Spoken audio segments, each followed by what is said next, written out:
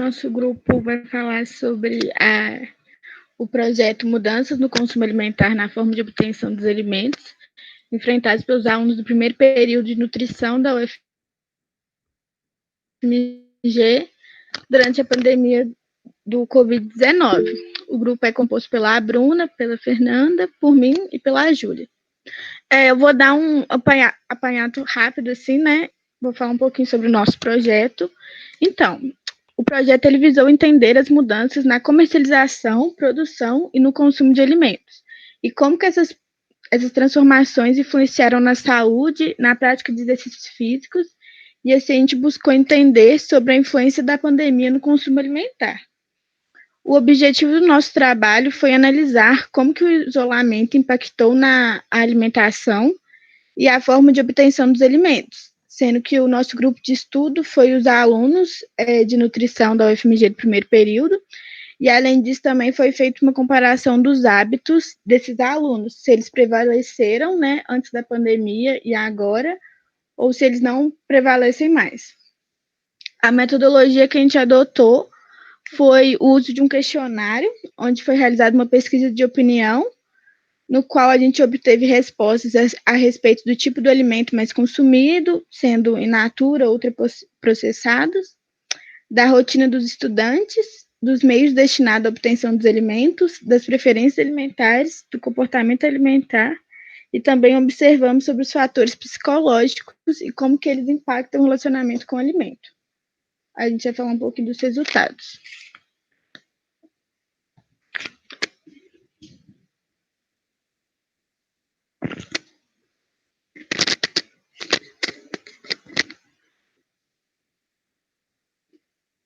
Fernanda?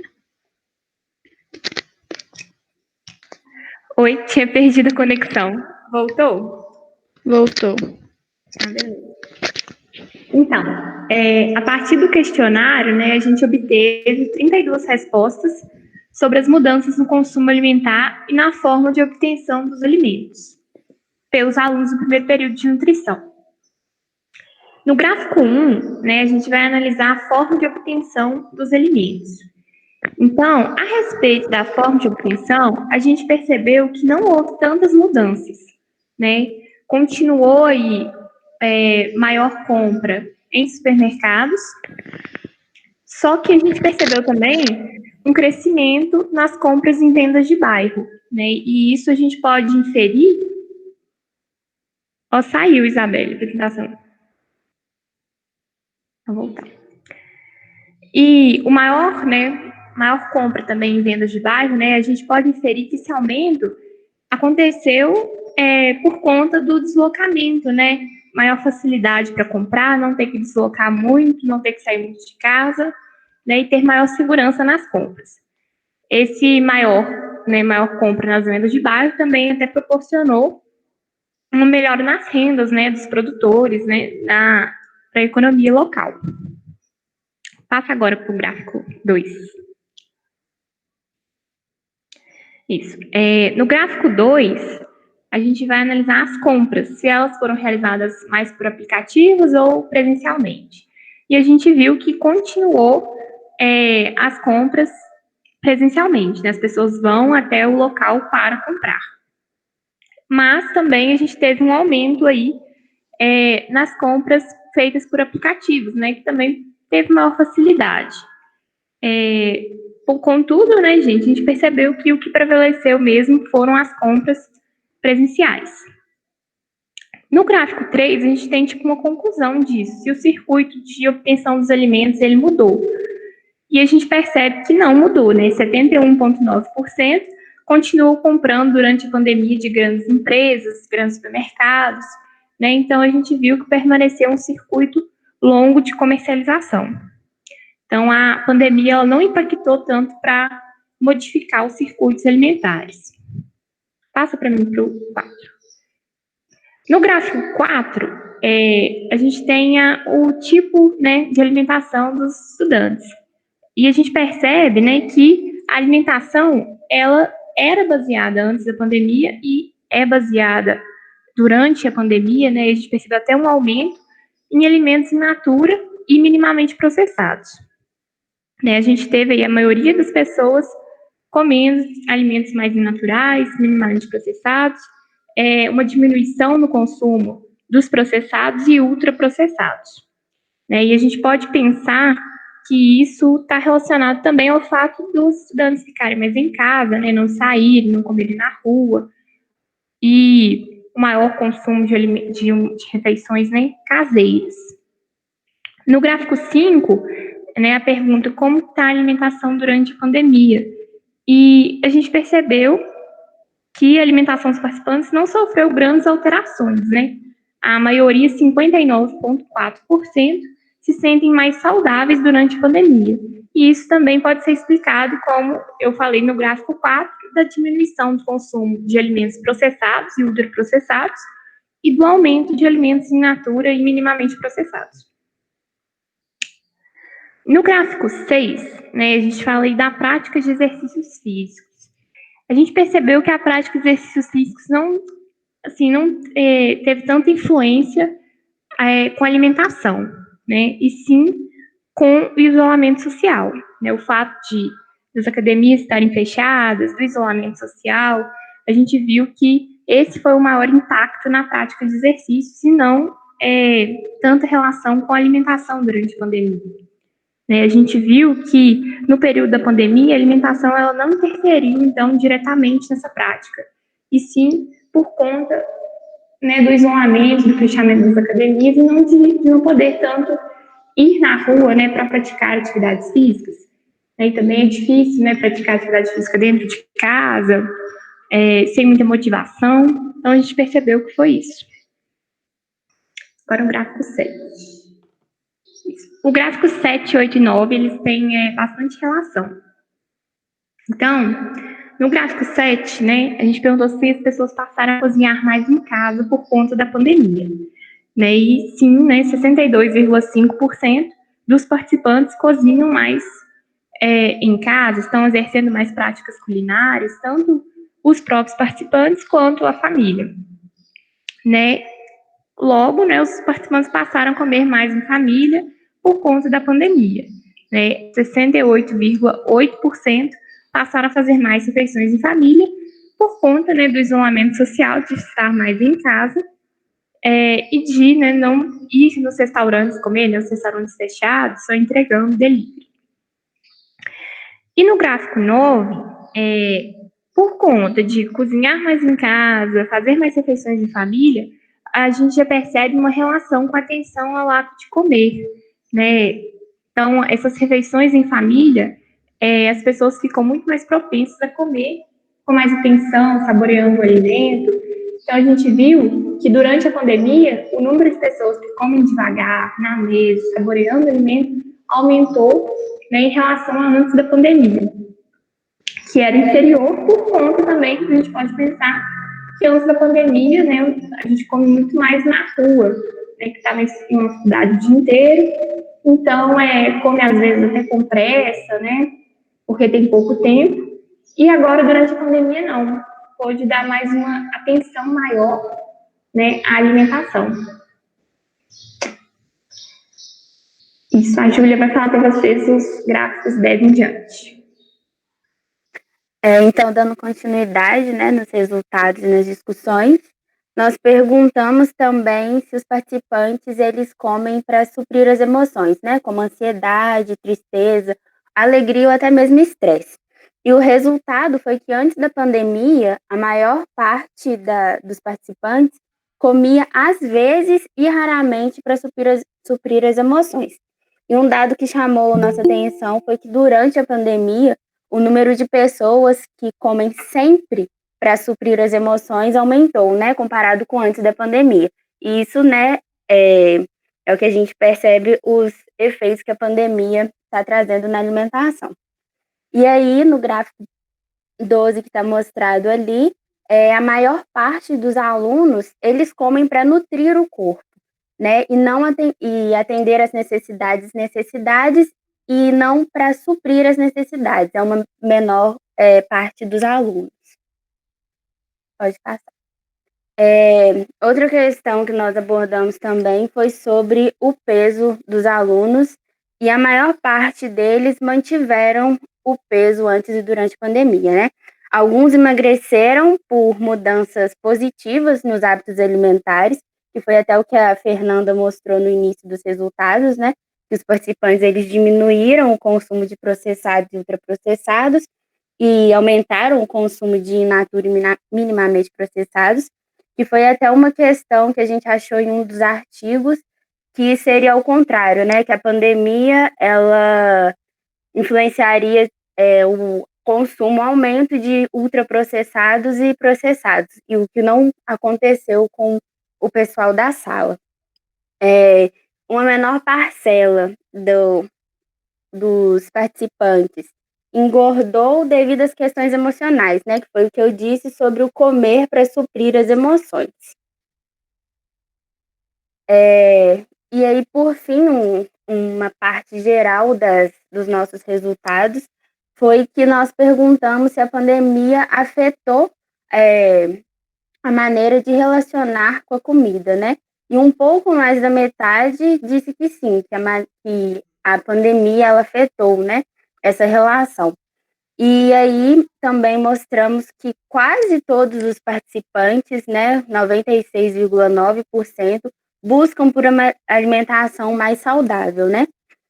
E além disso, nós também comparamos se os hábitos alimentares antes e durante a pandemia, né, eles mudaram. E para a maior parte eles estão parecidos e tendo uma pequena parcela ali que foi diferente.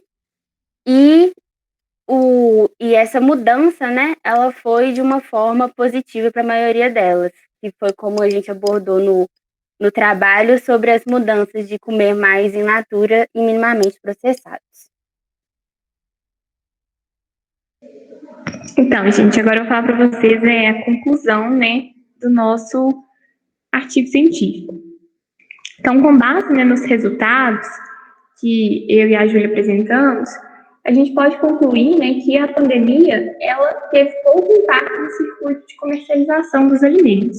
A gente viu que permaneceu os circuitos longos, as compras em grandes empresas, grandes supermercados, mas a gente viu também um maior reconhecimento dos comerciantes de bairro do que antes da pandemia. Isso foi, né, uma parte pequena, né, da nossa amostra, mas a gente conseguiu observar isso, que teve sim um maior reconhecimento dos comerciantes de bairro, como eu disse, por conta, né, de proporcionar maior praticidade, maior segurança ao fazer as compras, né, de não ter que deslocar muito de casa. Agora, na alimentação, a gente já viu que a pandemia impactou positivamente, né, na alimentação dos estudantes. E isso, né, a gente viu que o isolamento social, ele permitiu aos alunos comerem com maior atenção, né, com atenção plena, ingerirem mais alimentos in natura, né, eles perceberam uma melhora na saúde e uma boa relação com a comida. Né, o fato deles comerem com maior atenção, sem pressa, realizarem mais refeições em casa, realizarem mais refeições em casa e em família, isso já pressupõe uma melhora na saúde. E o fato, né, dos estudantes passarem a comer mais alimentos in natura, minimamente processados, comerem menos alimentos processados e ultraprocessados, também fez com que eles se sentissem mais saudáveis. Então, mesmo tendo um aumento nessa atitude que a gente observou nas questões emocionais, que teve um aumento pequeno na atitude de sempre comer por questões emocionais, a gente viu que o que prevaleceu mesmo foi uma boa relação com a comida. A pandemia, ela proporcionou aos estudantes alimentarem com mais calma e com mais qualidade também, né? Então, a gente viu aí impactos positivos nas escolhas alimentares e também no comportamento alimentar dos alunos de nutrição. E esse comportamento alimentar e essas escolhas alimentares boas permitiu também a maior parte dos alunos manterem o peso ou até emagrecerem. Agora a Isabelle vai falar para vocês o projeto de extensão. Como a Fernanda acabou de falar, a gente percebeu que a pandemia teve sim seus impactos positivos para esse grupo de estudo, né? mas que a gente sabe que também esse grupo ele tem a influência, né, por fazer um curso de nutrição, então ele já tem uma certa influência nessa questão alimentar e tudo mais. Então, como projeto de extensão para visando, né, tipo, levar a conscientização alimentar para todo mundo, a gente busca, né, incentivar a população a adotar bons hábitos alimentares, visando uma boa saúde, tanto física quanto mental, incentivando também um bom relacionamento com o alimento e com a questão da comercialidade também. E além disso, a gente também gostaria, né, de incentivar o consumo de alimentos in natura e minimamente processado, e dar preferência também, como a Fernanda falou também, dos produtores de bairro, dos pequenos agricultores, né, mostrando a importância que essa classe tem. Então, para isso, a gente pensou em realizar lives e palestras, já que, né, devido à pandemia, a gente fica muito encurtado com as coisas que a gente poderia fazer. E essas palestras, elas poderiam ser ministradas por profissionais de saúde, nutricionistas, psicólogos, até mesmo professores da UFMG, e disponibilizadas em redes sociais para alcançar um amplo público e, com isso, a gente promover a disseminação da saúde e do bem-estar durante essa fase tão complicada, né, que a gente está passando. E é isso, gente. Obrigada.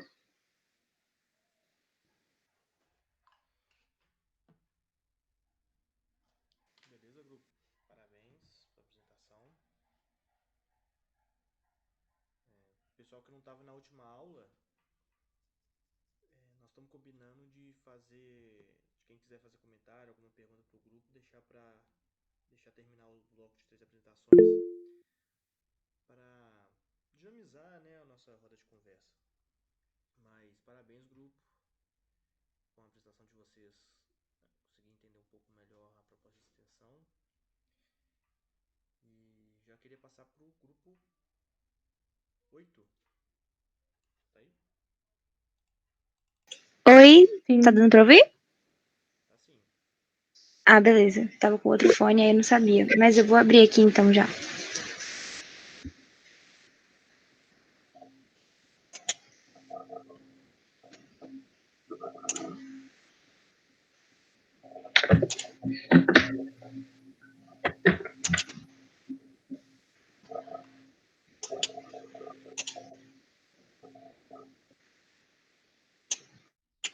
Foi?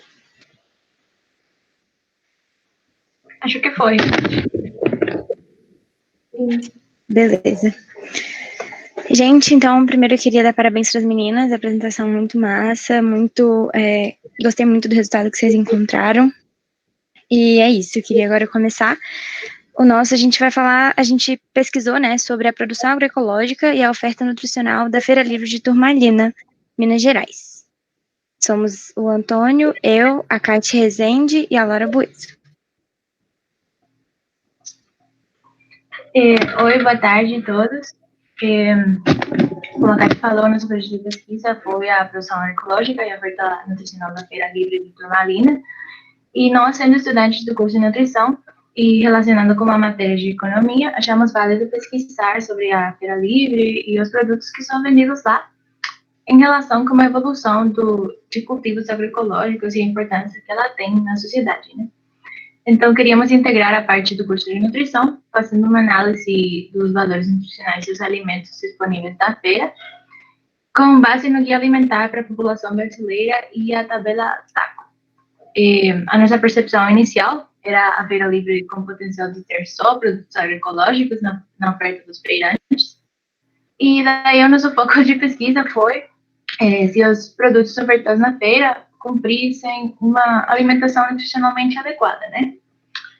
Então, tivemos duas hipóteses, que foi sobre a produção agroecológica ser predominante nos alimentos da feira, e se os produtos ofertados fornecem uma alimentação nutricionalmente adequada. E, assim como a no guia alimentar e os alimentos que a produção agroecológica na feira oferece, né? E foram classificados entre as variedades de in natura, minimamente processados, processados, ultraprocessados e tal, assim, para identificar os alimentos predominantes nessa produção e oferta. E queríamos caracterizar também a composição nutricional básica desses alimentos e relacionar o tipo de produção com a oferta nutricional disponibilizada. Pode passar, Kátia. Bom, então, né, como a Laura já trouxe nessa introdução, o nosso objetivo geral, né, foi caracterizar a produção agroecológica ofertada pela feira e analisar se esses produtos possibilitariam, né, uma alimentação nutricionalmente equilibrada para os consumidores locais. Então, para chegar nesse objetivo geral, também a gente teve 3 principais objetivos específicos, que foi indicar os tipos de alimentos que a produção ofertada na Feira Livre fornecia, dentre isso que a Laura falou, né, dos in natura, minimamente processados, ultraprocessados ou ingredientes culinários. A partir disso, a gente caracterizaria essa composição nutricional básica desses alimentos, utilizando tanto a tabela, né, junto com a tabela TACO, junto com essa caracterização do guia alimentar, e depois a gente quis relacionar esse tipo de produção com a oferta nutricional disponibilizada. Então, para isso, a gente usou alguns métodos, né? A gente fez, no geral, um estudo bibliográfico mesmo, a gente buscou em guias, né, no próprio guia alimentar, em documentos, tabelas, relatórios e vários artigos relacionados com todos esses nossos objetivos e com o tema. A gente, né, conseguiu acesso às tabelas do PNAE, sistematizações próprias mesmo do poder público local, de ONGs locais, como o CAV, e tabelas nutricionais de referência, como a gente citou aqui a TACO. E aí, por isso, a gente também teve um caráter qualitativo, porque essas tabelas do PNAE e sistematizações locais, a gente conseguiu por meio de uma entrevista semi-estruturada que a gente fez com o representante do CAV, que é o Centro de Agricultura Alternativa Vicente Nica. É uma ONG, né, responsável lá por atuar no desenvolvimento da agricultura familiar, do Vale do Jequitinhonha, que é onde fica Turmalina e outros municípios, e eles realizam várias práticas sociais lá, eles realmente, né, têm essa conjuntura bem grande dessas regiões, das feiras livres de lá, e atuam diretamente com essas questões da produção local. Então, a gente realmente quis entrar em contato, porque eles teriam as informações mais relevantes para a gente, e forneceram justamente as tabelas que a gente precisou. O critério de seleção que a gente utilizou para escolher esse representante, né, esse entrevistado, foi que ele tinha uma relação administrativa, coordenativa ou produtiva com a Feira Livre. Então, por isso que ele poderia fornecer informações bem pertinentes para a gente. E aí, o que a gente fez? A gente uniu, né, os dados da TACO, que é a tabela de composição de alimentos, produzida pela Unicamp, e uniu a classificação nova de alimentos pelo Guia Alimentar da População Brasileira de 2014, para ir fazer esse parecer em relação aos alimentos ofertados pela feira.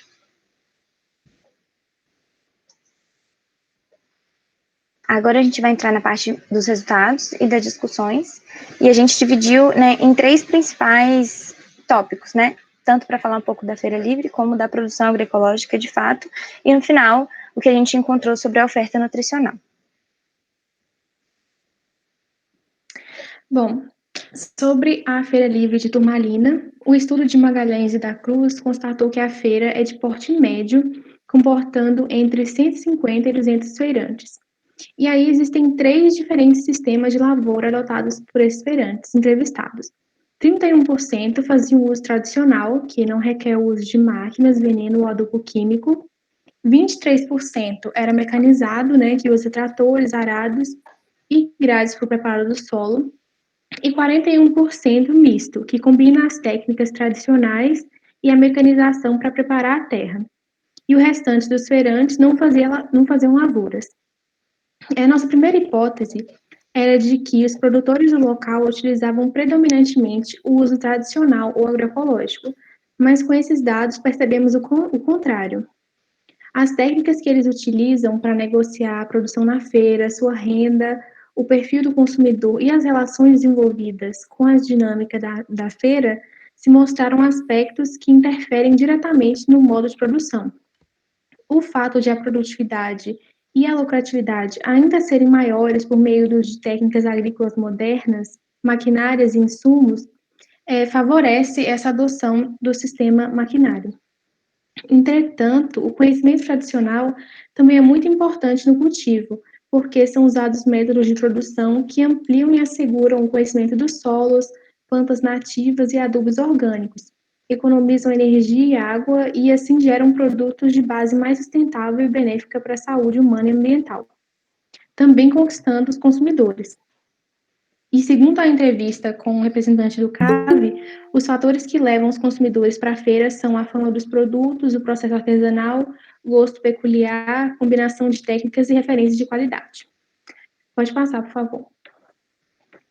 Aí a gente tem essas fotos da feira. Pode passar. A produção agroecológica. Apesar de notarmos, né, que não era predominante o modo de produção agroecológico na feira, a gente percebeu com vários estudos a sua importância e como ele impacta positivamente a nossa sociedade e o meio ambiente. Nesse tipo de produção, os agricultores se baseiam no etnocentrismo dos solos, animais e plantas, na caracterização local da natureza e no uso inteligente dos recursos naturais. Assim, foi possível compreender, né, a relação entre a produção agrícola alimentar e o abastecimento alimentar local. Porque, além de produzir alimentos para dar segurança alimentar e suprir as necessidades biológicas, lá também se valoriza a soberania alimentar. Segundo Magalhães e da Cruz, 53% dos entrevistados compram insumos para o cultivo, 42% utilizam insumo próprio juntamente com o insumo comprado e 5% utilizam apenas insumo próprio. E segundo os representantes do CAV, que entrevistamos, apenas uma produtora da Feira Livre de Turmalina tem o certificado de orgânico para agroecológico, mas que há outros no processo para se tornarem agroecológicos também. Uma sugestão de melhora da feira, dada pelos consumidores e pelos próprios feirantes, era a diminuição do uso de agrotóxicos e a transição para o orgânico. Entretanto, empecilhos como a necessidade de se ampliar a mão de obra, falta de conhecimento sobre a agroecologia, o imediatismo produtivo, o receio de ser considerado um agricultor atrasado, por não utilizar-se de agroquímicos, e a escassez de debates com a comunidade acerca da importância desse sistema produtivo são um dos pontos principais que impedem os feirantes de se tornarem agroecológicos. Assim, a gente observou que há uma divergência entre a percepção dos consumidores sobre o que é ofertado na feira e o que de fato é encontrado lá, no que tange a questão da procedência agroecológica, porque grande parte dos consumidores disseram considerar comprar lá pelo fato dos produtos estarem livres de agrotóxicos. Pode passar, por favor. Bom, gente, eu vou falar da oferta nutricional agora.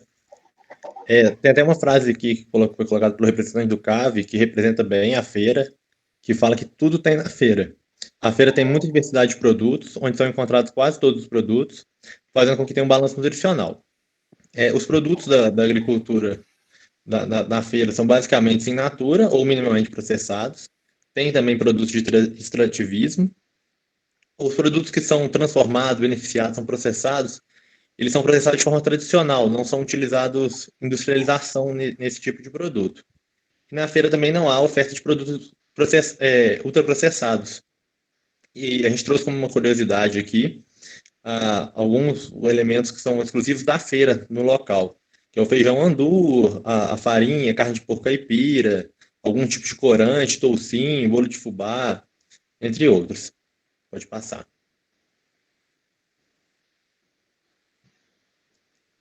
Aqui tem uma tabela que a gente fez, a gente utilizou a taco e fizemos o conjunto com os alimentos disponíveis na feira. Aqui é só uma partezinha dela, mas assim, que pega todos os alimentos e destrinchamos em proteína, lipídio, carboidrato, quantidade de fibra, os micronutrientes também dos alimentos. Pode passar. Na feira não apresenta muitos alimentos proteicos, mas a gente consegue oferecer todos os nutrientes adequados para uma alimentação saudável, porque apresenta uma gama bem completa de vegetais e frutas que levam ao equilíbrio dos aminoácidos essenciais, que a gente consegue fazer essa disponibilidade a partir de combinações desses alimentos. A maioria dos alimentos são in natura ou minimamente processados, que é o grupo ideal para a base da população, de acordo com o guia. Os ingredientes culinários não são muito frequentes e os processados de lá não são industrializados, conforme eu tinha falado anteriormente. Pontos importantes que a gente pode pegar com relação a isso é a adoção de uma alimentação saudável pela população consumidora e a educação alimentar e nutricional é uma ferramenta crucial para as pessoas, famílias e comunidades, porque fornece pelos meios práticos, alimentares, promotores de saúde e a compreensão dos fatores determinantes dessa prática ocorrem de fato. Pode passar.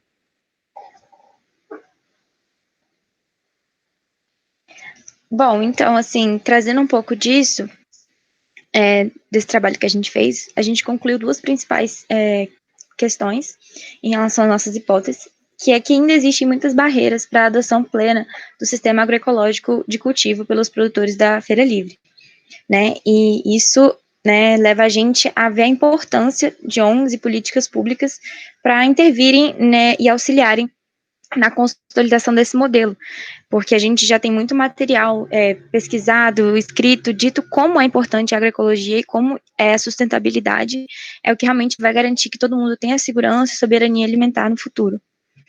Além disso, a gente também concluiu que a composição do nutricional dos alimentos ofertados, ela é realmente bem diversa, como a gente esperava, e ela favorece diferentes combinações.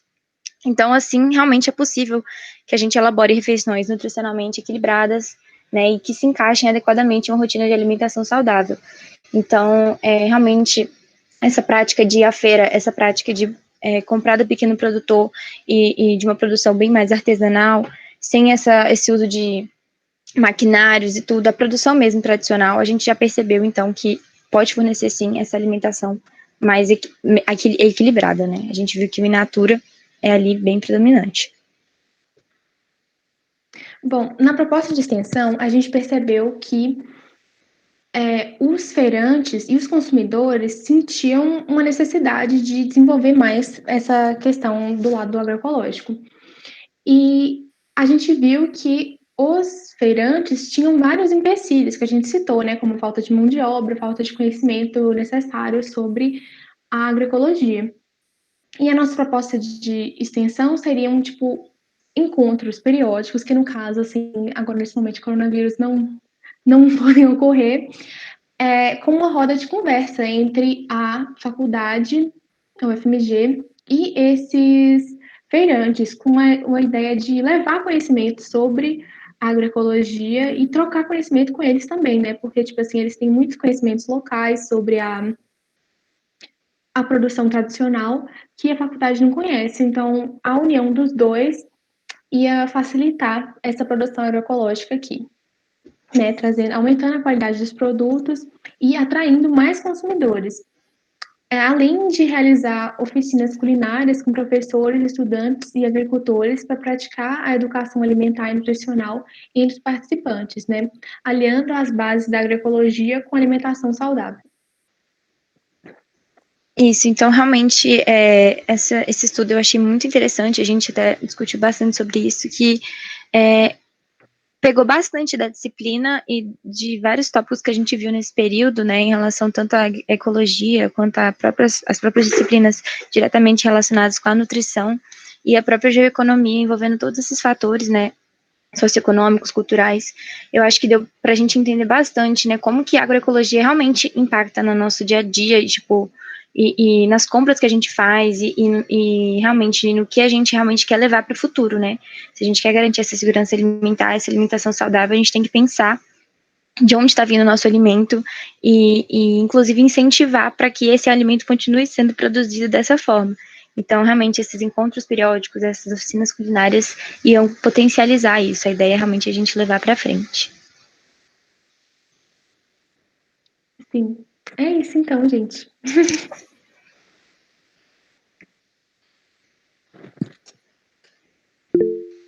pessoal. Apresentação, parabéns. Mais uma vez também acho que a apresentação deu para entender melhor o que vocês quiseram colocar nas extensões.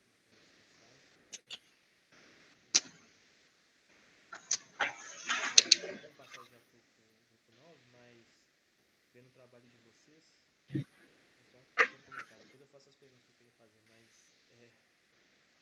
estava lendo lá a proposta de extensão e também, antes disso, na verdade, as conclusões que vocês colocaram sobre os valores nutricionais. Não sei se vocês já viram um documentário chamado Super Size Me. Já vimos, sim. Sim, tem uma disciplina que a professora pediu pra gente ver. Não sei porque me veio na cabeça esse documentário pensando na versão Feira Livre de Turmalina. 30 dias só produtos. Vou ter que fazer isso agora, ir lá na feira comprar e comer só isso. A Kate faz. Depois conta pra gente. Vamos fazer isso, gente. 30 dias aí, um documentário vai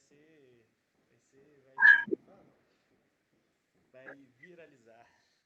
Nossa, mas boa ideia mesmo, fazer o contrário. Às vezes até assim, pelo menos eu imagino que, bom, tem coisas que parece que lá não tem do cotidiano, né?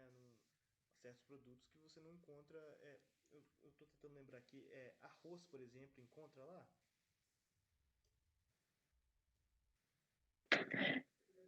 Eu acho que sim. Tô meio perdida, porque a tabela é muito grande. Aí Você lembra, Antônio? Não sei se o Antônio Não, lembra que gente, ele... arroz não tinha. Não, né? Não.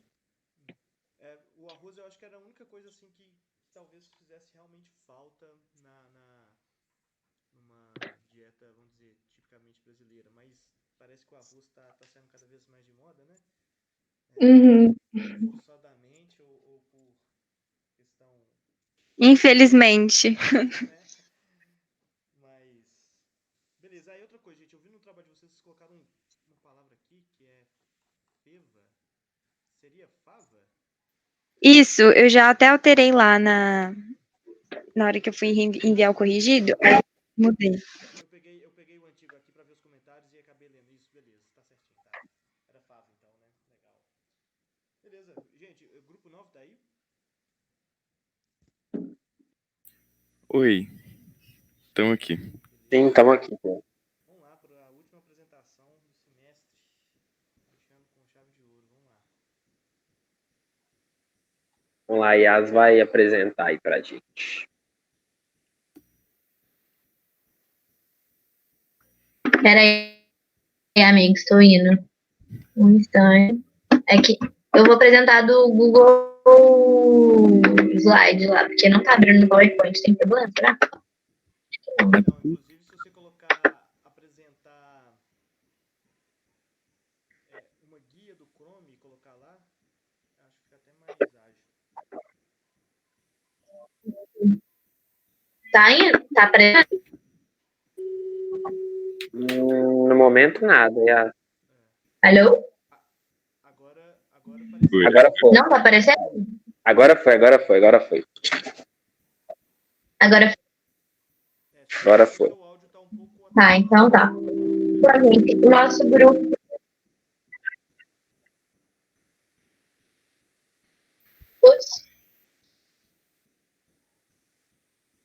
Peraí, tem como eu apresentar pelo telefone? Eu acho que eu vou preferir. Tem na mesma conta por 2 lugares? Tem. Sim, eu já fiz isso. Alô? Eu acho que vai ser mais fácil.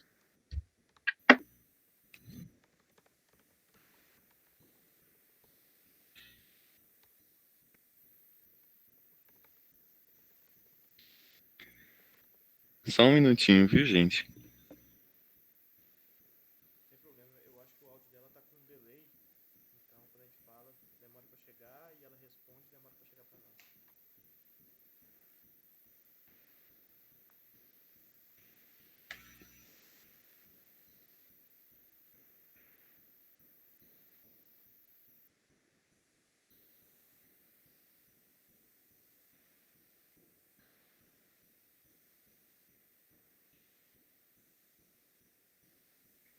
Amigos, tá dando agora?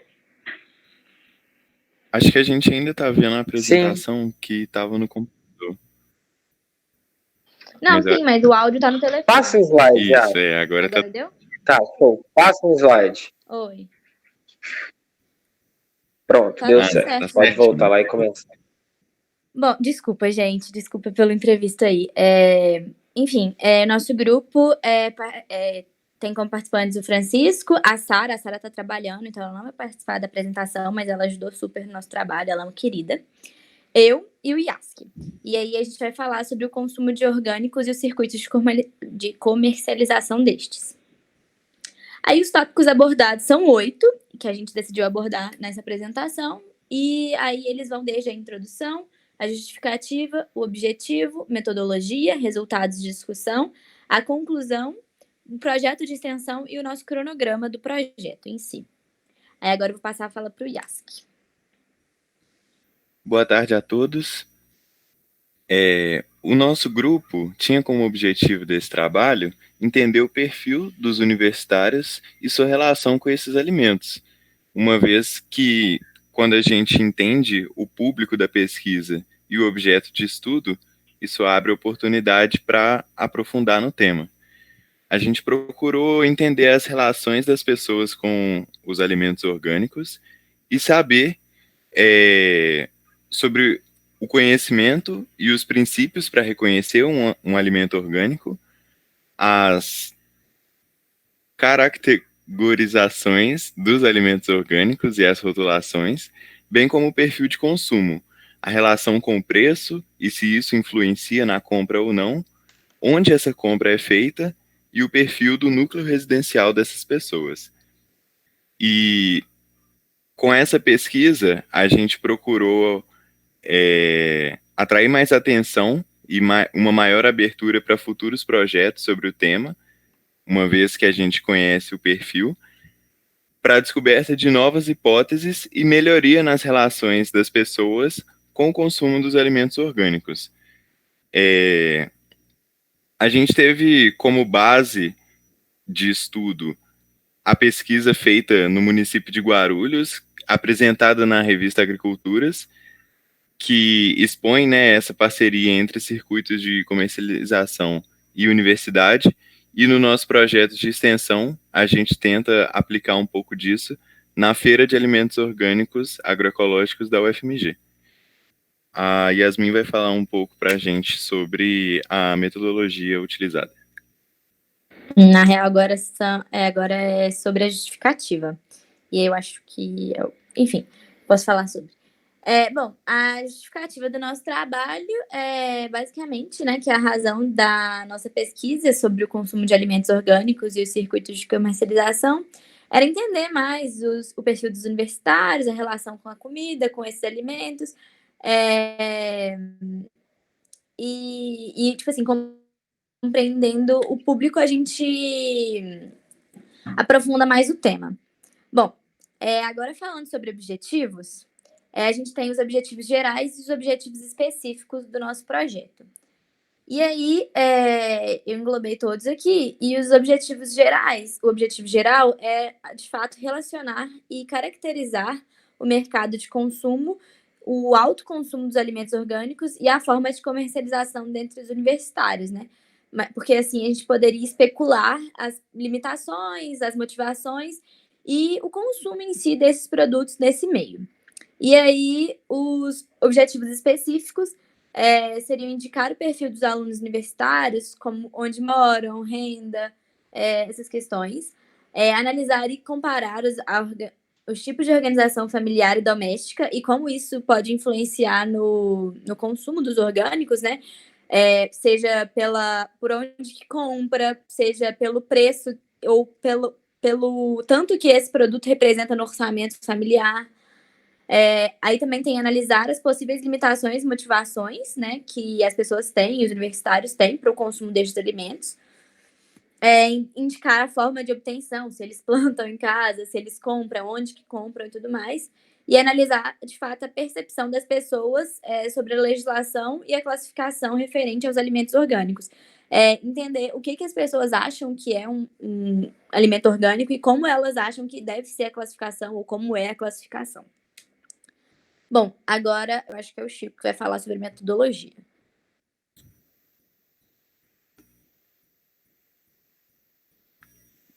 Então, gente, boa tarde para todo mundo. Na metodologia, a gente basicamente fez um questionário com algumas perguntas que pudessem responder os objetivos do nosso trabalho, e também fez algumas revisões e leituras sobre artigos apresentados na aula e relacionou com alguns textos que a gente leu. Foi basicamente isso. A metodologia não foi muito complexa. Aí eu vou pedir para você, Yas, passar para os resultados e a discussão, que é a parte que vai ficar melhor explicada a nossa metodologia, porque elas rondam muito em torno das questões. Aí pode passar, por favor, o slide. Eu posso falar um pouco sobre a metodologia também, mas posso falar depois. Tá bom, depois você completa. Vamos lá, gente. O que aconteceu? A gente fez uma pesquisa pelo Google Forms, um questionário, e a gente colocou algumas questões principais que foram para a gente saber qual que é a percepção das pessoas acerca do que é um alimento orgânico. E a partir disso a gente obteve um resultado que, ao ver do grupo, foi muito negativo. Porque a primeira pergunta do questionário foi se é do conhecimento das pessoas, do entrevistado, o que é um alimento orgânico. E 98% das pessoas respondeu que sabia que era um alimento orgânico. Falou, beleza, o pessoal está sabendo, legal.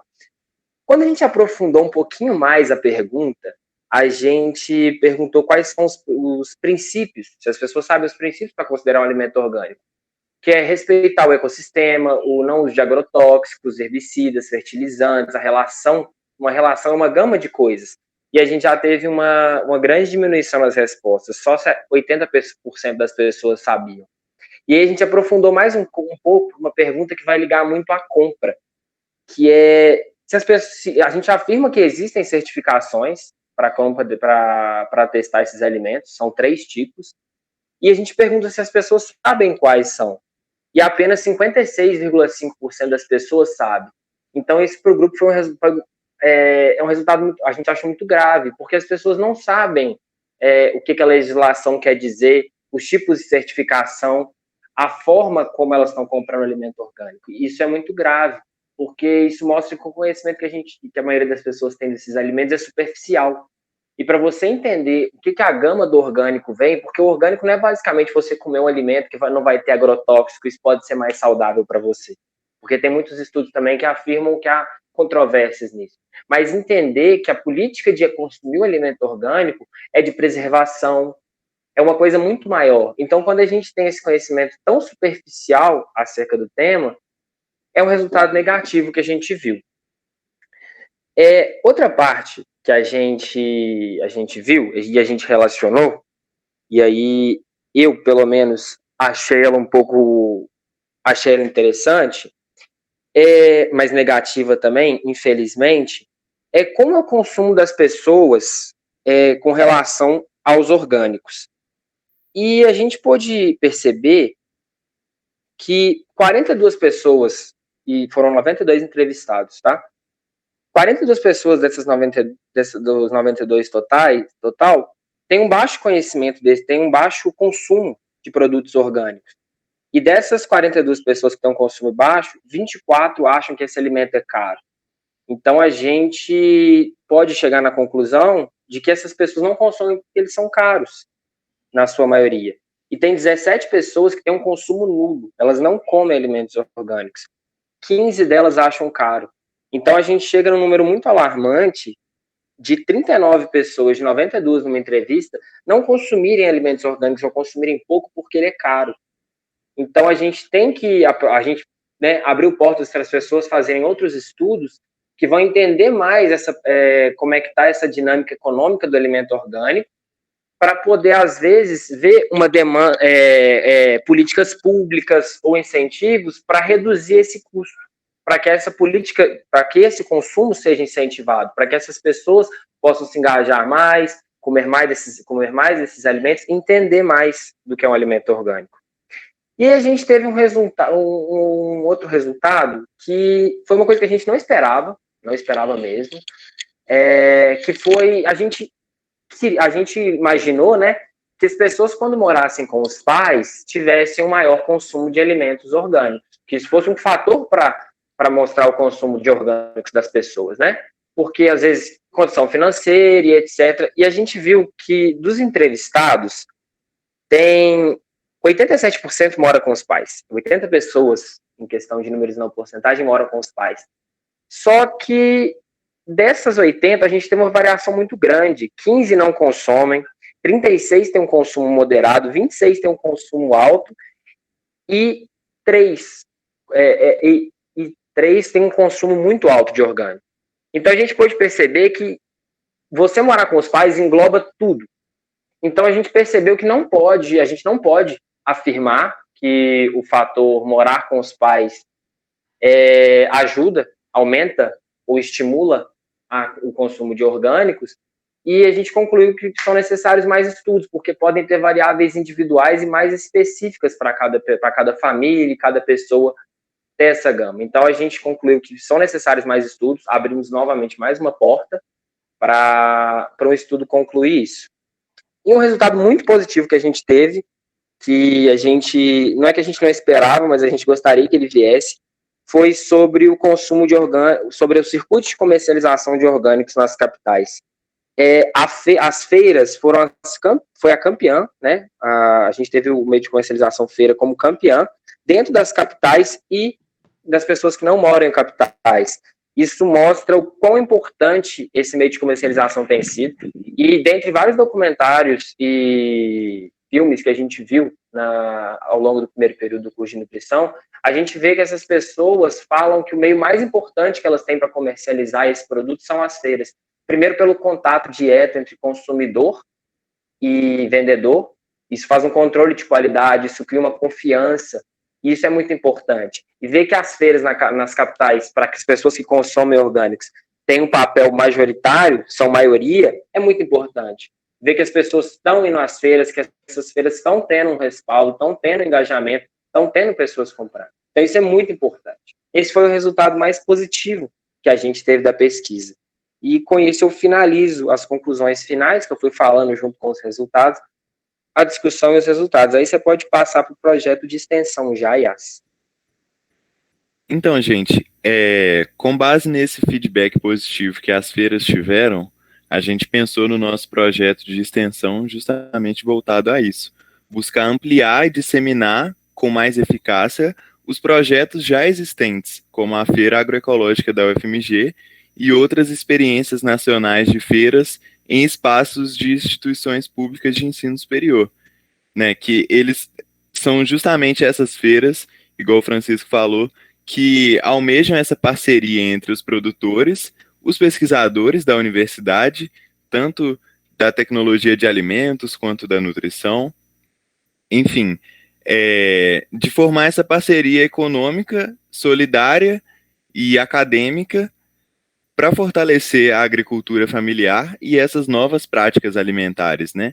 A ideia seria de que não só os alunos e os funcionários da universidade tivessem acesso a esse tipo de alimentos, como isso fosse base de estudos para a universidade e isso fosse bom para o produtor, para atrair novos consumidores. E a gente propõe que seja realizada uma melhor abordagem e divulgação da realização dessas feiras, né, através da elaboração de posts, da divulgação compartilhada pelos canais oficiais das universidades, as lives e palestras, mostrando um pouco não só dos produtos, mas como dos benefícios dos alimentos orgânicos. E com isso a gente acredita que com a maior disseminação das feiras e a maior adoção dessas práticas e ampliação do perfil consumidor, isso incentive novas feiras a serem criadas com base nesses modelos já existentes, que a gente citou, a feira da UFMG e a feira que acontece no município de Guarulhos, e que sejam feiras regionais e que aumentem, né, esse circuito de comercialização e essa relação entre consumidor, pesquisador e produtor. Só um adendo, gente. A gente também usou como base de referência um texto da revista Agriculturas que a gente leu. Eu não vou recordar direitinho agora, mas ele está lá no texto, quem tiver a curiosidade de ler lá, que é citado que as feiras, elas não são só um ambiente de venda desses alimentos. Ela também é um ambiente de troca cultural, de conversa, das pessoas se reunirem. Então, é um ambiente muito social. E isso contribui muito para melhorar o conhecimento das pessoas acerca dos orgânicos. Porque você está lá, você conversa com o cara que produziu, você conversa com o colega do lado que comprou, acaba que isso gera um maior conhecimento e interesse do que é um alimento orgânico. Por que a gente tem que incentivar o orgânico? Então, esse é um dos fatores positivos que as feiras têm também. Então, por isso é tão importante o incentivo e a adoção desse meio de comercialização. Por isso que o nosso projeto de extensão também, né, se baseia nisso. Bom, agora eu fiquei para falar o cronograma, mas para poder falar o cronograma eu preciso explicar um pouco mais sobre a metodologia que a gente utilizou, que a gente deu uma pulada nela e que depois eu ia voltar. Bom, aí igual os meninos já falaram, né, a gente utilizou uma pesquisa bibliográfica, que a gente começou com isso, só que a gente entendeu que ia ser um pouco complexo fazer só uma pesquisa bibliográfica e não ia chegar num resultado muito almejado. Bom, aí depois a gente utilizou uma pesquisa de campo, né, que foi o formulário do Google Forms, e aí a gente foi objeto selecionado para tratamento composto de graduação. A técnica de amostragem utilizada foi, tipo assim, um questionário online, né, distribuído entre os alunos, que a gente... A seleção foi nas redes sociais e foi voluntária. A amostra foi composta por estudantes, a maioria foi da galera da nossa sala, da graduação do UFMG, ou só da galera teve de todos os cursos, mas teve muita gente de nutrição que quis participar. E aí a gente aplicou durante o segundo semestre de 2020. E as técnicas de coleta de dados foram o formulário no Forms, né? O levantamento de dados secundários e o questionário era composto por um roteiro de perguntas, incluindo várias variáveis descritivas e explicativas, igual o Chico tinha falado antes, na hora dos resultados. O roteiro incluiu questionamentos sobre o consumo de alimentos orgânicos no momento atual, né, do estudante, e a percepção sobre os benefícios que essas práticas podem trazer para ele, tão quanto a obtenção desses alimentos, além dos dados demográficos sobre o perfil do estudante, tipo o curso que ele faz, a idade, o local de residência, com quem que ele mora, se ele mora numa capital, se ele mora no interior. E a descrição dos dados foi feita a partir das informações coletadas na pesquisa, né? E aí a gente utilizou a consulta de dados secundários também. E os dados secundários foram obtidos por meio de levantamento bibliográfico, que foi a revista Agriculturas e alguns textos dos seminários de geoeconomia. Bom, e aí agora só fechando o cronograma aqui, a gente não tem muito o que falar, né? Aí aqui fala sobre as reuniões, sobre as aulas, as considerações finais, e aí chegando até o presente momento atual, dia 5, que é para fechar com chave de ouro. E muito obrigada. Se vocês tiverem alguma dúvida, a gente tem um agradecimento especial para o professor que proporcionou o trabalho. E é isso. Obrigada, amigos.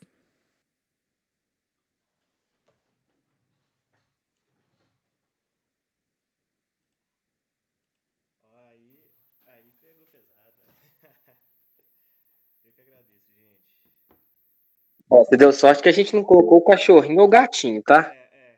Pior que vocês jogaram baixo sem infringir as regras. Sem cachorrinho, sem gatinho, Muito obrigado, pessoal. Parabéns aí pela apresentação. Eu acompanhei aqui na versão mais recente do trabalho de vocês e vi lá as diferenças. E as correções, né?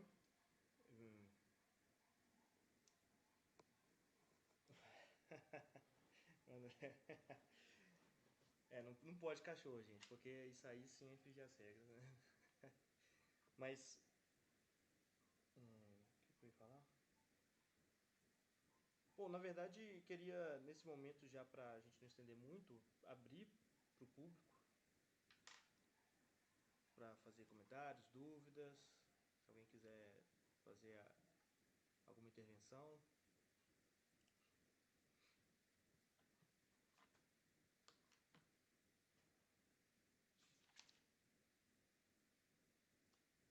Costuma ficar mais tímido nesse momento, então eu vou passar já para as minhas perguntas aqui e comentários. Sobre o grupo 7. Grupo 7, isso. Mais uma vez, parabenizar o grupo pela produção do trabalho. Foi uma das, vamos dizer assim, o trabalho mais íntimo, né, a própria turma, porque não foi só sobre a turma de nutrição, mas foi nesse momento de pandemia. Então, tem esse foco que está muito relacionado a entender, a se entender, né? E foi bastante corajoso porque é dizer sobre aquilo, né, vocês estão apresentando para o público que vocês pesquisaram, né? Vocês estão fazendo já automaticamente uma devolutiva e com aqui nesse momento de 15, né, observadores atentos com os resultados, né? Então essa interface é bem interessante e acho que é importante também os alunos da turma identificarem esses resultados para entender qual que é o contexto, né, dessas práticas alimentares, se compreender quanto a esses resultados que vocês passaram aqui. Sobre o projeto de extensão que vocês colocaram, achei que o projeto de extensão que vocês colocaram foi para um público-alvo muito amplo, visando grandes proporções. E não que isso seja ruim, mas que vocês também têm, né, a possibilidade de pensar em algo numa escala que vocês pesquisaram, que é a própria turma, né? Então, como interferir, impactar o público que vocês pesquisaram, né? Foi um dos poucos trabalhos que fechou o universo de pesquisados, né, a um número exato, né? E as possibilidades de poder fazer essa intervenção ficam maiores, né? Então, isso é só para dar uma dica de coisas que vocês podem fazer a partir desses dados, né, e fazer proposta de intervenção para a turma que está aqui agora assistindo vocês, né?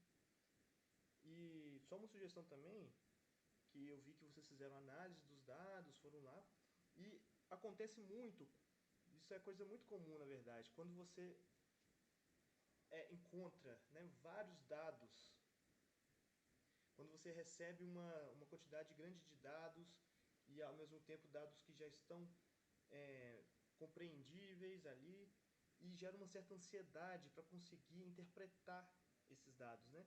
Só que essa facilidade ela é maior para quem já está envolvido com o trabalho. Então, na leitura do trabalho escrito de vocês, eu percebi uma certa ansiedade em analisar aqueles dados, né? Eu queria fazer várias conclusões, relacionar um com o outro, e para quem não estava tão inserido assim na pesquisa, pode ficar um pouco, pode soar um pouco afobado essa tentativa de explicar tudo relacionando vários dados. Então, a minha sugestão é fazer uma espécie de análise mais paciente. Não tem problema se vocês escreverem como se fosse para uma pessoa que está aprendendo ainda a ler, sabe? Uma escrita com detalhadamente. Eu até comentei lá para vocês algumas frases que vocês, numa só frase, tinha hipóteses, questões, conclusões, que é muito próprio dessa vontade, né, de fazer uma análise lá, né? Mas, no geral, muito bacana. Parabéns.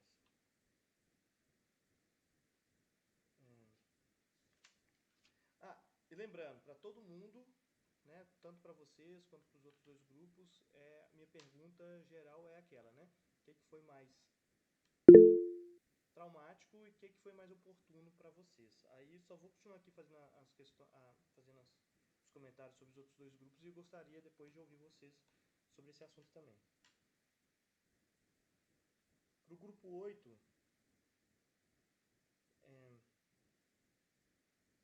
Assim, no grupo 8, gente, tem um detalhe que eu ainda não entendi. Eu até fiz esse comentário lá e não tive tempo para ler a versão corrigida. Se vocês chegaram a explicar e tal.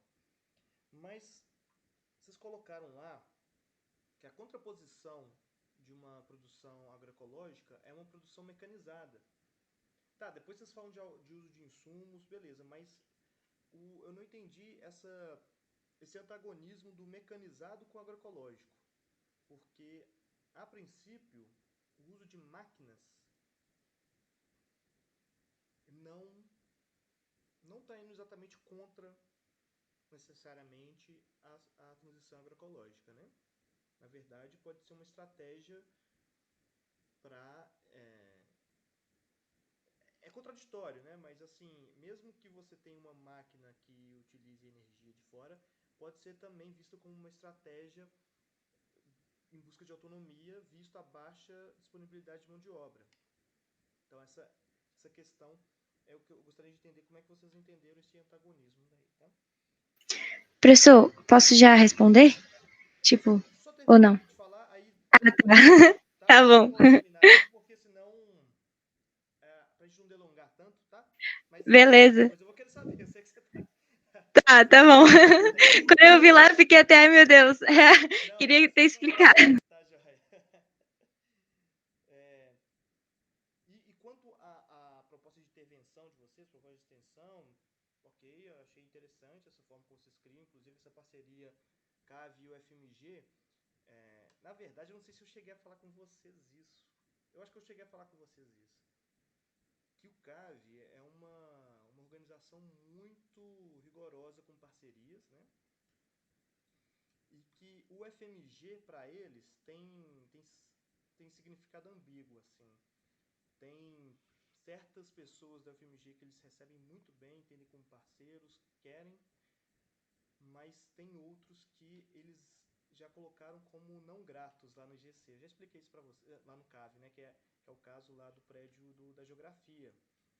A UGC, tem um caso lá que não é da minha época, mas quando eu fui lá e falei que era do IGC, o pessoal falou assim, ainda bem que você tá vindo por outro lado, porque se você tivesse vindo pelo IGC, não ia pegar bem não, porque parece que foram alunos, foram fazer um campo lá em Turmalina e em vez de concentrarem o trabalho de campo, né, assim, pode se divertir à noite, mas eles não respeitaram, né, a dinâmica do local, né, e causaram vários estragos lá no CAV. E os custos ficaram para eles lá, né. E, enfim, eles são muito rigorosos com essas parcerias. Essa proposta é bem corajosa e bem interessante. Só uma coisa que eu ia sugerir é que, pensando no que o objetivo do grupo foi, da avaliação nutricional, né, o principal objetivo do grupo foi a avaliação nutricional da feira, né, dos produtos da feira, pensar numa proposta de extensão voltada para isso, né, assim, ir mais nesse sentido do que vocês captaram nesses resultados, tá? Claro que vocês também, ao mesmo tempo, já identificaram também que lá nem tudo é agroecológico, então beleza, mas poderia também ter pensado em algo nessa direção. É só uma dica para coisas que eu estou falando para todos os grupos, né? Aliar resultados e a proposta de intervenção, para ter mais segurança daquilo que vocês têm em mãos, tá, joia? E também queria saber como é que foi, né, essa coisa de fazer um trabalho sobre um lugar que, infelizmente, não deu para vocês visitarem, né? Imagino que agora vocês estão mais curiosos para saber como é Turmalina, tirando a Catarina Rezende, que já tem mais contato, né? Se vocês têm vontade de visitar, eu recomendo. E, finalmente, para o grupo 9,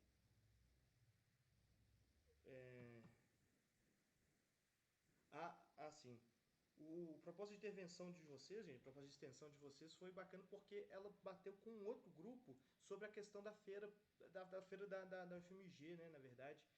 Então, eu acho que, assim, pensando na proposta de extensão de vocês e aliando com o estudo do grupo 8, pensando em algumas conclusões do grupo 6, enfim, pensando no geral, eu acho que vocês fecham as apresentações já colocando uma conclusão assim da disciplina e do fechamento da disciplina. Não sei se eu estou forçando a barra, mas a circulação de alimentos pela feira tem uma importância nutricional,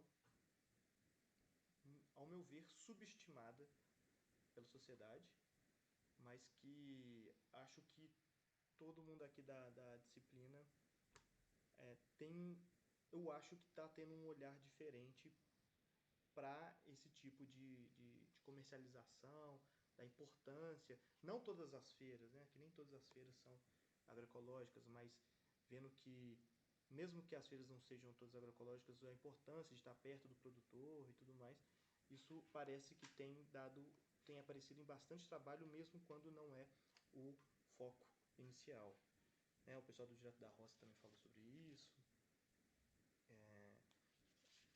Todos, de certa forma, podem esbarrar nesse sentido, né? Mas é isso, gente. Não quero delongar, então podemos fazer na ordem. O grupo 7, depois 8, depois 9.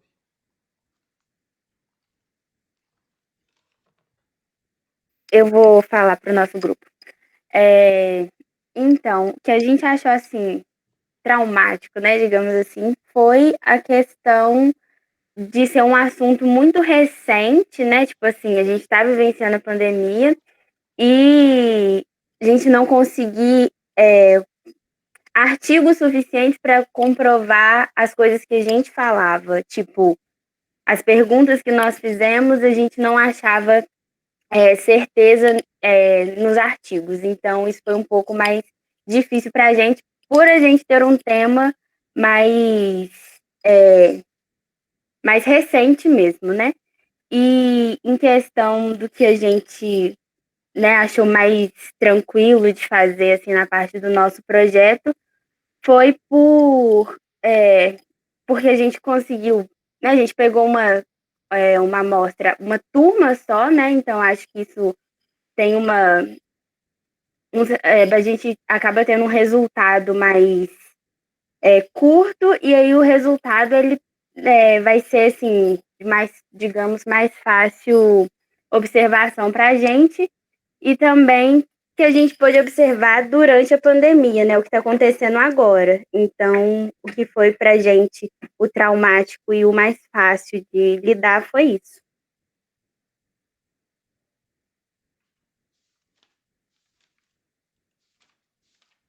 Beleza. Bom, Catarina, vou passar para você, que eu acho que você está aí querendo já responder. Não, então, é porque quando eu li esse comentário, eu até fiquei, gente, mas a gente não falou, como é que tem essa incoerência assim no trabalho? Aí eu fui reler. E aí, o que eu vi foi que é o seguinte, quando ele se referia à produção mecanizada, ele engloba também o uso de insumos químicos, no artigo que a gente leu de Magalhães da Cruz. Então, é por isso que a gente fez essa contraposição, porque na produção mecanizada ele inclui o uso de insumos químicos no artigo, sabe? Então, ele contrapõe, o tradicional é aquele que usa mesmo a questão agroecológica, o mecanizado tem os químicos e a maquinaria, e o misto é que tem os dois. Então, por isso que não fica predominante a agroecologia, sabe?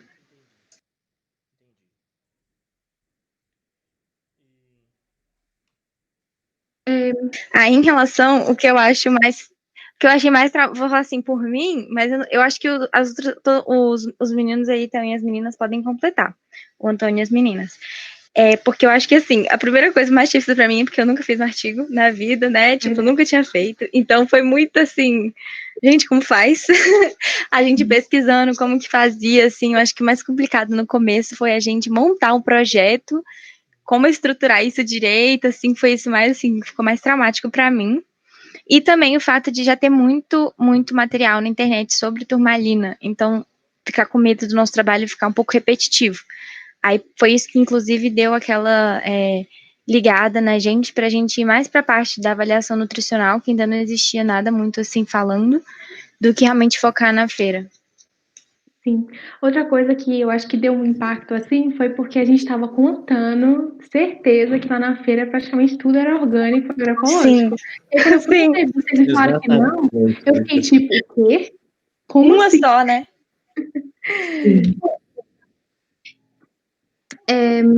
Mas, assim, essa questão da entrevista, eu me fiz super nervosa, porque eu nunca tinha feito entrevista, né? Eu fiquei, meu Deus. E ainda mais que a gente é do primeiro período, eu fiquei, nossa, eles vão achar que eu sou ridícula. Mas eles foram super de boa. Eu entrevistei o Samuel e a Sueli, porque eu comecei com o Valmir, que era o que você tinha indicado, mas ele falou que o Samuel e a Sueli eram mais especializados nessa parte da feira. E aí, eles me receberam super bem, ficaram super felizes que a gente estava pesquisando com eles sobre a feira e, tipo assim, incentivaram a gente a pesquisar mais. Que ótimo. Inclusive, o material que eu preparei aqui para entregar, na verdade, o material que eu preparei juntei os trabalhos de vocês, né? Acho que seria legal vocês enviarem para eles. Sim. Para terem, né, o acesso aos resultados que vocês chegaram, acho que isso é uma parte muito legal do trabalho. Acho que eles sempre contam com isso. O que mais me frustrou foi a feira não estar funcionando. Isso me deixou chateado. Sim. Não poder ir lá na feira e fazer o trabalho, né, observando. Mas são os problemas da pandemia que não geraram só esse problema, né, mas tantos outros. Sobre essa questão de não ser agroecológico, gente, eu também fiquei um pouco... não vou dizer surpreso não, porque eu nunca pensei se lá era ou não era. Mas eu acho que é um ponto polêmico a se discutir sobre outras vertentes da agroecologia, né? Bom, pode até ter uso de insumos, mecanização, talvez não seja orgânico, né, de fato. Mas eu vejo a feira, que é uma feira que distribui, circula alimentos produzidos no próprio município, acho que tem um fator aí muito agroecológico, né, que por um outro viés, mas é agroecológico também, né? Quer dizer, voltando àquela discussão, né? A agroecologia é sempre uma transição, e não é um ponto de chegada. Sim. Eu senti muito isso também, porque assim, eu acho que não dá pra gente reduzir só a questão do uso de insumos, né? Porque também eles nem devem usar tanto insumo assim quanto a agricultura convencional, né? Deve ser realmente uma coisa bem mais para produzir mesmo assim um pouco mais, mas não deve ser nada exorbitante. Então, isso que eu achei também de ser um artigo, a gente ter esse limite de páginas, né? Mas eu fiquei com muita vontade assim de explorar outras partes do trabalho que eu acho que, tipo, tem muita coisa para discutir, mas não cabia. Aí a gente teve também que ter o tempo, né, que estava bem curto. Aí, realmente. Eu acho que esse é o segundo momento, né, para vocês já pensarem, né, o grupo aí, ver quem que anima, de dar continuidade no estudo. Eu acho que isso um ótimo caminho a se traçar, né? Já que vocês tiveram esse trabalho todo de começar a pesquisa, eu acho que a segunda parte vai ser bem mais fluida do que a primeira, visto todas as dificuldades, né? E você fala sobre essa questão de lá não ser agroecológica, acabei de lembrar de um caso, foi em Minas Novas, não, Chapada do Norte, comunidade de Moça Santa. Eu ainda estava começando a estudar agroecologia, também estava nos primeiros períodos lá da geografia. Eu lembro que eu fui numa comunidade lá. Na verdade, é Moça Santa, e dentro de Moça Santa tem uma divisão que é o Paiol, isso. E tinha um cara lá que ele era muito engraçado, Murilo, produtor, e ele produzia goiaba. Produtor familiar produzia goiaba. E todo dia eu chegava, não, tem que experimentar essa goiaba. Aquela coisa de achar que assim, né, não, vai ser, por ser da agricultura familiar, vai ser um gosto diferente, vai ser especial e tudo mais. Eu ficava louco pra experimentar. E aí teve um dia que deu coincidência de estar colhendo na época. E eu lembro que avistei ele de longe, ele tava na plantação lá, aplicando alguma coisa lá que eu não enxerguei, ele tava com uma mochila nas costas, na época eu não entendi o que era. Fui pra casa dele, esperei ele lá. E aí ele chegou com uma cesta cheia de goiaba. Ele falou, não, come aí, come aí, come aí. Aí eu fui pegar, a goiaba tava até branca do lado de fora, com um pozinho branco de tanto veneno que eles tinham colocado para evitar contaminação no trajeto até a feira. Então, assim, eu comi veneno. Meu Deus! Eu comi veneno in natura. Foi assim, então é uma discussão que o próprio PPJ tem, né? O laboratório, o núcleo leu lá da Flávia Galizoni, né, sobre os impactos da Revolução Verde nos pequenos agricultores e que hoje a proposta de extensão de vocês, né, vai exatamente nesse sentido, de é, tentar recuperar as práticas tradicionais, porque a Revolução Verde é muito recente e ela não chegou exatamente com benefícios, mas como imposições para gerar competitividade, né? Enfim, esses são reflexos da Revolução Verde que podem ser muito bem revistos lá na região, principalmente na região. Alguém quer falar mais alguma coisa sobre? Não, eu só ia fazer um comentário que em vários documentários que a gente tem visto, né, dessa coisa da agricultura orgânica, não necessariamente agroecológica, mas assim, nessa linha entre as duas, né, os agricultores, eles realmente falam que é muito bom as conversas, as rodas de conversa que eles têm lá com a comunidade, né, quando faz aquela certificação participativa, que eles têm aquelas reuniões, tudo que eles um ensina para o outro, eles dizem que isso ajuda muito, né?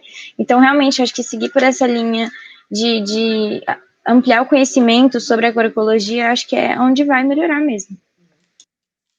E podia até influenciar naquela certificação participativa, né? Porque eu até perguntei ao CAV que tipo de certificação que tinha aqui, e eles falaram que era certificação participativa. Até me mostraram o comprovante, certificado. Aí eu acho que tendo essas rodas de conversa e, tipo assim, tendo mais encontros, realmente poderia ajudar muitos outros agricultores a se tornarem mais agroecológicos. Uhum. E bate com o que o Grupo 9 estava falando sobre a percepção dos certificados, né? Que a participativa é um jeito mais acessível para os pequenos agricultores a se colocarem como orgânicos, né? A auditoria, a certificação para auditoria é caríssima, super burocrática e a participativa ela só envolve muito capital social, né? Envolvimento das comunidades, uma seriedade no processo, porque de 3 comunidades envolvidas, uma é a beneficiária. Mas eu queria passar então para o grupo 9, fazer os seus comentários. Então, Pedro, o que a gente achou, né, eu achei mais difícil, o grupo teve esse...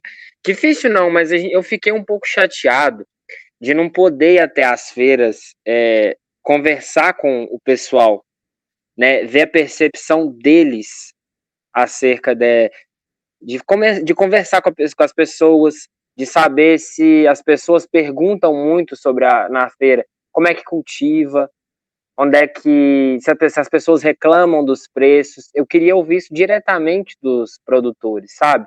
Mas eu queria muito ter feito isso no ambiente da feira, ir até a feira, porque eu acho que quando você está no lugar, você entra no clima do negócio, né? Eu tenho muito isso. Então, eu senti muito falta de ser um projeto de pesquisa e que ia ser um trabalho de campo. E outra coisa que eu passei muito que a gente passou um perrengue, e o Yaski ia até comentar, mas já que eu já estou aqui falando, e ele completa, a gente ralou para compilar os dados, que a gente fez a pesquisa no Forms, e para fazer algumas relações de cruzamento de dados, o Forms não cruza esses dados para você que tem que fazer. E aí ninguém no grupo sabia mexer com o santo do Excel direito. Aí para jogar em planilha, cruzar planilha, mas foi uma luta. Dica para todos, faça um curso de Excel, galera. Tem muito material de graça na internet que com o tempo você fica fera. E ajuda muito numa pesquisa. Que eu gastei 2, 3 horas para fazer, você faria em 20 minutos. Um amigo meu que sabe, que me ajudou. Ele fez assim 20 minutos, ele me explicou e tal. Mas eu tive que fazer a maioria das coisas na mão. Isso foi uma coisa muito difícil também. Eu acho que quando você coleta os dados sem ser uma pesquisa no Forms, na mão, você vai até o lugar, é menos dados e às vezes os dados ficam muito mais ricos. Então é mais fácil você compilar, mais fácil você escrever esses dados e passar para uma apresentação. Quando você pega um tanto de dados jogado no Forms, você tem que pegar um espaço amostral grande, aí você tem que compilar trocentos dados, e eu apanhei para isso. Complementando um pouco do que o Francisco falou, a gente estava grande parte, assim, né, o projeto de extensão, por exemplo, era falando das feiras da UFMG, assim, né, da Feira Agroecológica da UFMG, e acabou que por conta da pandemia e tudo mais, nem a gente, assim como alunos mesmo, né, possíveis frequentadores, a gente não teve essa experiência de fato, assim, né, não teve a oportunidade de vivenciar aquilo. E eu acho que as outras grandes dificuldades foram justamente em relação à finalização do trabalho, de compilar os dados. Foi bem complicado, assim. É, a questão lá do Google Forms, às vezes a pessoa respondia. Isso já a gente já pode anotar e gravar para outros possíveis trabalhos, né, que forem mexer com forms, mas quando a gente deixa aberto, por exemplo, para escrever o nome do estado, alguns escrevem MG, outros escrevem Minas Gerais, e aí acaba que na hora dos resultados em si fica tudo espalhado, assim, a gente tem que juntar tudo depois manualmente, e é muito mais fácil se fosse múltipla escolha, por exemplo, assim, são uns detalhes que passou, eu acho, na aplicação do formulário que poderia ter ajudado a gente, assim, no final. E eu acho que por se tratar de uma primeira pesquisa, assim, um projeto acadêmico e tal, acho que no começo foi bem difícil também definir um pouco o rumo que a gente queria seguir com o trabalho, né? Se eu não me engano, a gente até teve umas 2 ou 3 reuniões com você, perguntando assim, falando, "Não, mas o que a gente pode fazer? Tem tanto tema para falar, tanta opção." No começo o trabalho estava muito amplo, assim, foi um pouco difícil ir refinando, assim, e achar um fluxo, assim, para o trabalho, né, o caminho que a gente queria seguir de verdade. Mas, no geral, acho que o pessoal do grupo, a gente ficou bem satisfeito, assim, foi uma experiência bem enriquecedora. Ah, que massa. Assim, de todos os males, pelo menos foi uma quebra de gelo aí pro TCC, né? Já viram quais são os desafios que normalmente chegam aí para quem tá já chegando, né, para formar. Acho que é a realidade de muita gente que já está nessa etapa tem esbarra por esses desafios, né? Qual o assunto, como fazer e o que o Francisco está falando aí sobre bater no Excel, né? O Google Forms eu vou falar a verdade para vocês que eu nunca mexi com ele. Eu só fiz assim cadastros de pessoas interessadas por exemplo, numa reunião, e aí eu usei ele, mas para fazer pesquisa eu nunca fiz. Fiquei espantado como que ele já, dependendo da forma como você captar o dado, ele já consegue produzir alguns gráficos, mas não sabia dessas limitações de cruzar, né, os dados. E, infelizmente, o Excel é a melhor ferramenta que tem ainda para fazer isso. Eu sou do tempo que ainda a aplicação era só no questionário físico mesmo, tinha que passar para Excel, do Excel para a geração desses gráficos, né? E queria até adentrar um pouco mais nessa parte, mas concordo com essa dica aí de já se especializar no Excel, porque não, a minha área não é muito dessa de dados quantitativos, mas com certeza acaba esbarrando, né, algum momento nessa aí para fazer pesquisas. Todos esses desafios eu acho que vocês colocaram são muito interessantes de serem colocados, porque há uma diversidade de desafios. Tem uns que têm muita dificuldade para iniciar um projeto na parte da escrita. Aí vocês estão falando sobre dificuldade de encontrar o que falar, né? Vi dificuldades de conseguir lidar com tantas transcrições de entrevistas, né? Acho que são esses desafios aí que você vai compondo e você vai vendo o que você está mais afinado, o que não está. Bacana, pessoal. Aí a gente queria perguntar, Pedro, se ficou mais alguma dúvida sua, mais específica, ou de alguém que leu o trabalho ou ouviu a apresentação. Por mim, assim, tá tudo certo. Os comentários que eu fiz lá no trabalho são aqueles mesmo. Com a apresentação ficou mais evidente algumas partes que geraram algum tipo de dúvida, né? Mas por mim está ok. Alguém da turma, gente? Tem mais algum comentário?